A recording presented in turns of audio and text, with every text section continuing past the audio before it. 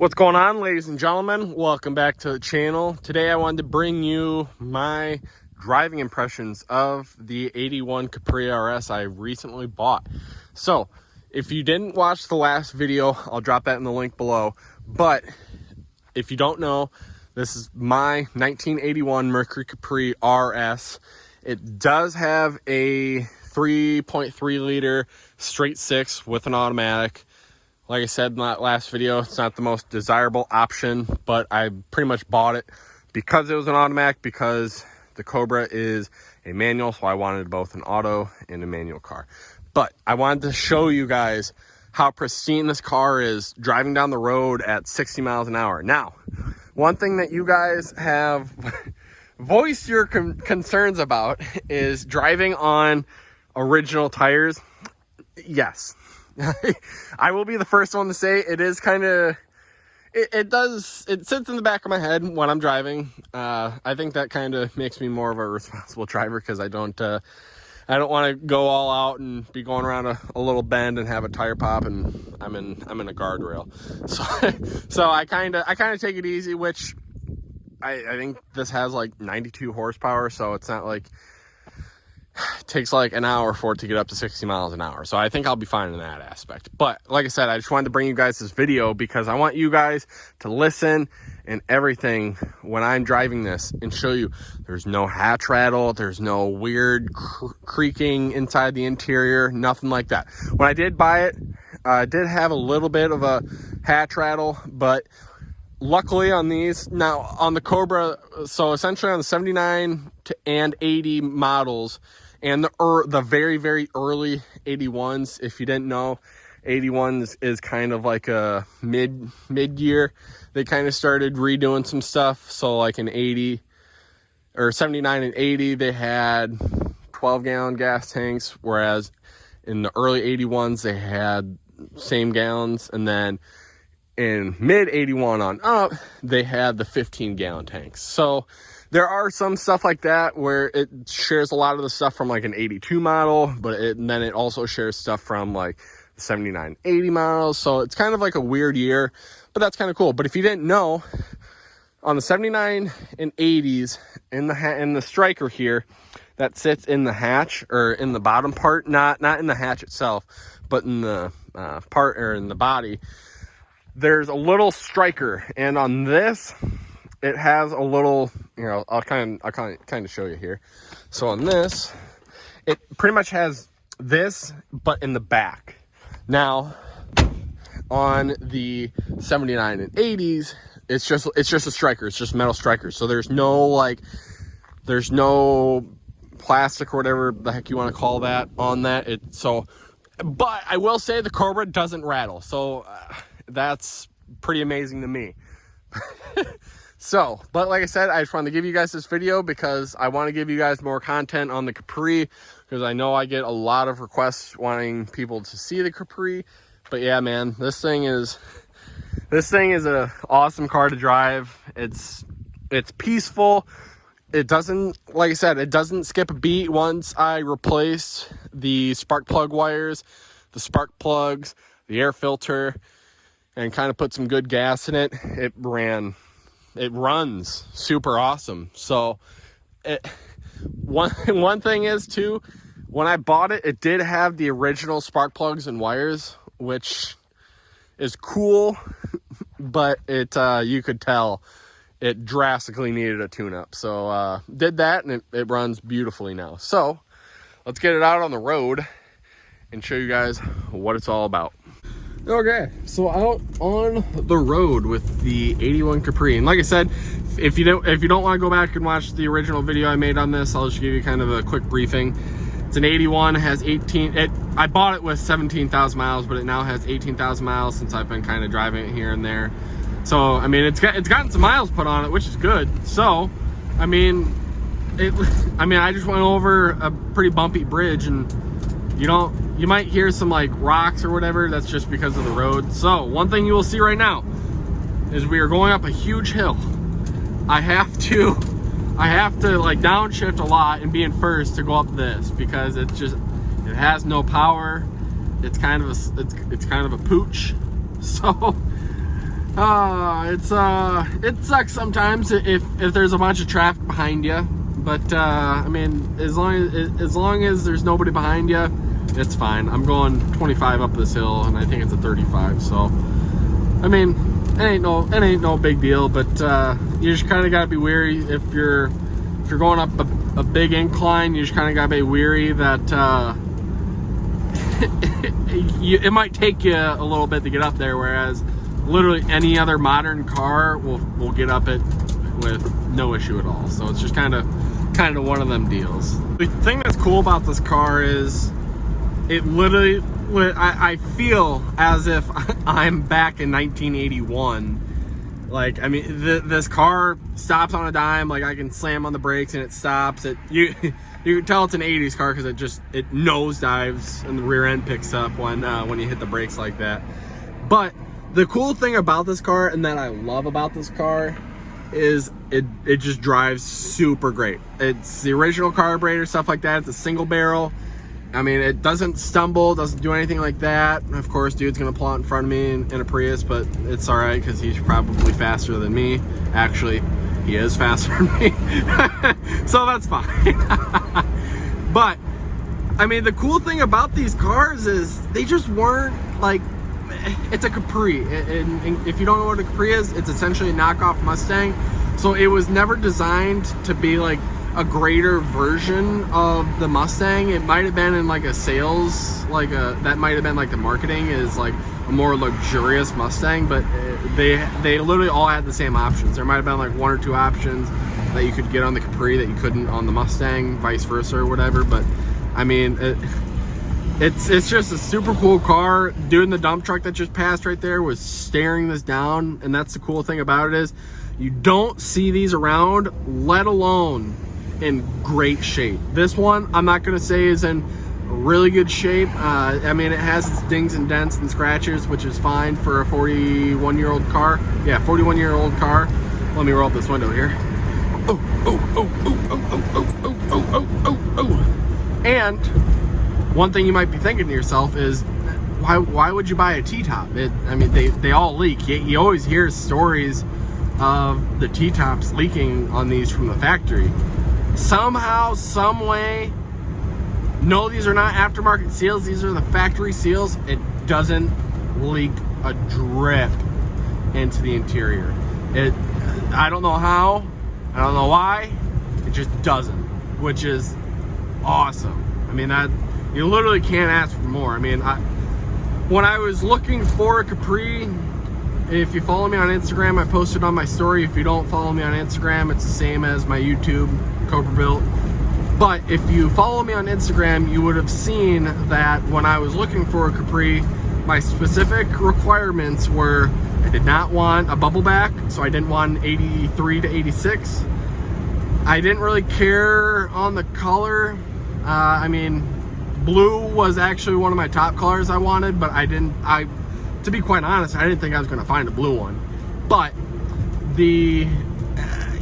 I just did not want a T-top. I mean, that was my like number one requirement, and here we are. And I'll say this, the only reason I bought it is because it doesn't leak. Because when I got this back to the shop and washed it, I was like, dude, there's no way this isn't gonna leak. And the guy preached that to me when I was buying it. He's like, dude, I promise it doesn't leak. It does not leak, I promise. And that's kind of hard to believe, just because, like I said, you hear horror stories of them leaking from the factory. So it's just one of them deals. So when I got home and washed it, it didn't leak, and I was like, this is a good car. Now, you might have seen a while ago, I wasn't trying to sell it. If somebody brought me the cash and wanted to buy it, then that's fine, but I wasn't taking anything less than $10,000 for it. Just around where I'm at, not a lot of people want to pay that, even though I know for a fact it's worth it. But I mean, it is what it is. But like I said, you would have seen that I was trying to sell it, and the reason for that is it's hard for me to want to keep a car that is as original as this is, because it's slow, it's It's just not like, it's not a particularly like go out with your friends and have a great time just because you like that Prius that pulled out in front of me. That would beat this. So I can't keep up with the pack, and the pack that I roll with, you know, we do some spirited driving, and in this you just can't keep up. So if they're going to a destination, I gotta know that destination and I can't go with them, otherwise I'll just get left behind. So it's just one of them deals. So it's not that I don't like it. I actually like it a lot, and I took the ad down. I'm not selling it anymore, I'm keeping it. The plan with this is I'm gonna keep it the exact way it is. I might put a set of wheels on it because factory tires kind of scares me, like I said. I might put a set of wheels on it, and that'll be about it. And then until this car gives me a reason to like swap the motor or whatever, then I'm just gonna drive it the way it is, because it's a super great cruiser. Like I said, I get great gas mileage in this. I get that, you know, people shouldn't care about gas mileage in these cars, but I do. Because I don't want to have a car that doesn't get good gas mileage and sucks to drive. Like, it's not fast, it's an automatic, so on and so forth. So it would have been like a fucking quadruple whammy. So it just wasn't one of those deals where, like I said, I wanted to get in and go out and have a great time. But if you're just going out driving around and you're going to a sit-in car show, this car is great for it. So I mean, it has its pros and cons, definitely. But we're doing 75 right now in Mexico, and it drives great. I can let go of the steering wheel. It doesn't veer which way. It might veer to the right or the left, depending on the crown of the road. But I mean, it's great. The steering wheel doesn't shake. There's no like weird clunks or anything like that. It shifts great. The radio works. The AC works. All the gauges work. I am getting a set of gauge overlays from Tom Clark, aka Cinesbuilt on Instagram. So, I mean, I got that to look forward to. I did put some LED bulbs in there because if you know anything about the factory gauges in these, they are not bright at all, and you can barely see what your gauges are saying at night, so that kind of sucks. But I mean, it doesn't overheat, doesn't do anything like that. So I mean, it's a great car to drive. It really is, and it's hard for me. It was hard for me to get a sentimental attachment to this car just because of the Cobra, because the Cobra was my dad's. This I just bought, so maybe one day I can, you know, give this to my kid. I don't plan on getting rid of it, so hopefully I am able to give it to one of my kids one day, and that'll be that. So we're going up a small little hill here, so I got to downshift into second. Let's try that.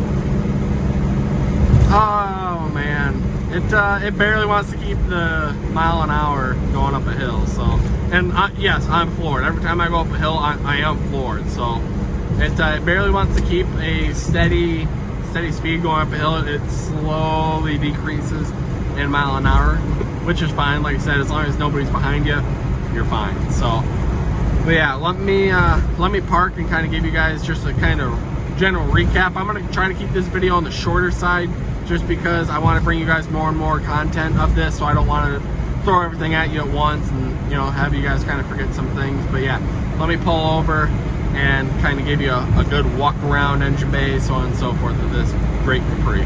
Okay, we are parked right in front of a beautiful abandoned building with some entertainment and stuff going on down there. But yeah, we're parked. I wanted to give you guys kind of a more general, you know, walk around. So one thing you will see is I did black out the turn signal and the reflector, just because on some cars you don't really notice it, but on this you did notice it a lot because it's orange on literally an all blue car. So the black helps it blend in, and if I'm being honest with you, I like that. I mean, that might take away from the originality of it, but I mean, it looks great with it, so I'm not too particularly worried about that. I mean, yeah, like I said, T-tops don't leak. That's an awesome thing. The belt moldings are all in great shape. I did have to touch one of them up. I honestly can't remember which one it was, but let me open the hood for you guys. That I keep forgetting to unplug that.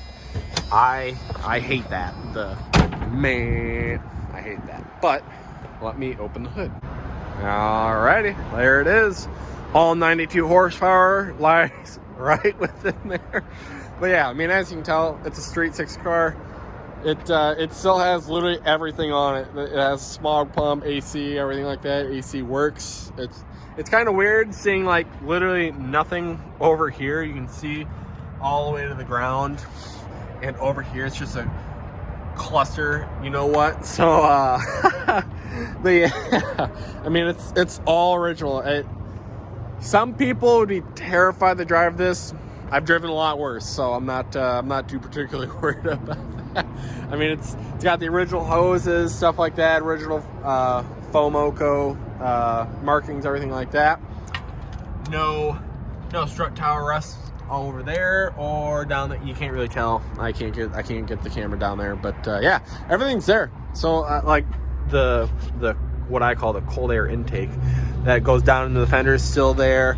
All the vacuum lines are all still there, which is amazing.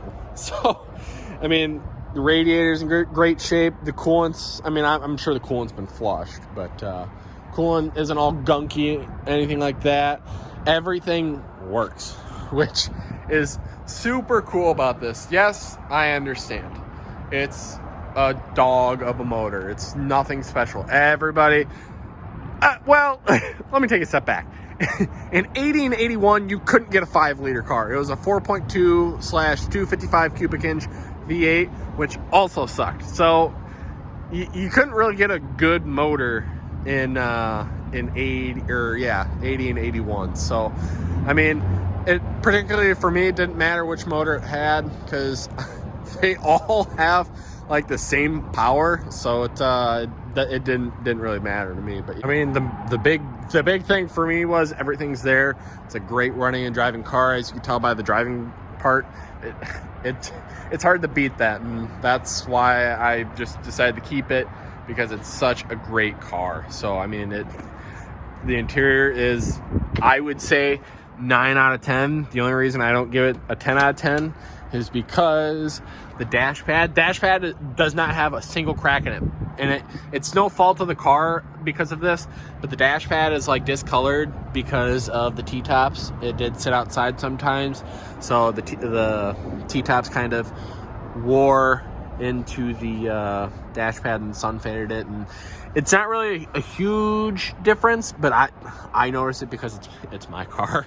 But yeah, I mean, the dash pad and the carpet are a little sun faded, but other than, I mean, it's in great shape.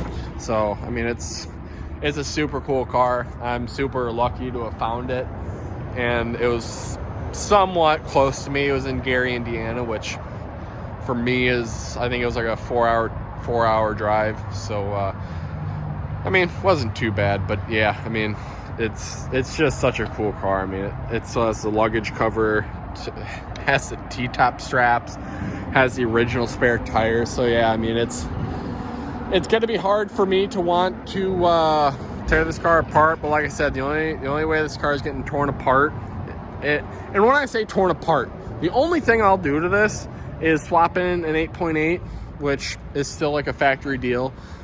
Put some 4-way disc brakes on it, put a good set of wheels on it, put a 5-liter in it, keep the automatic, and honestly, that'll be about it. But yeah, that's gonna do it for me, guys.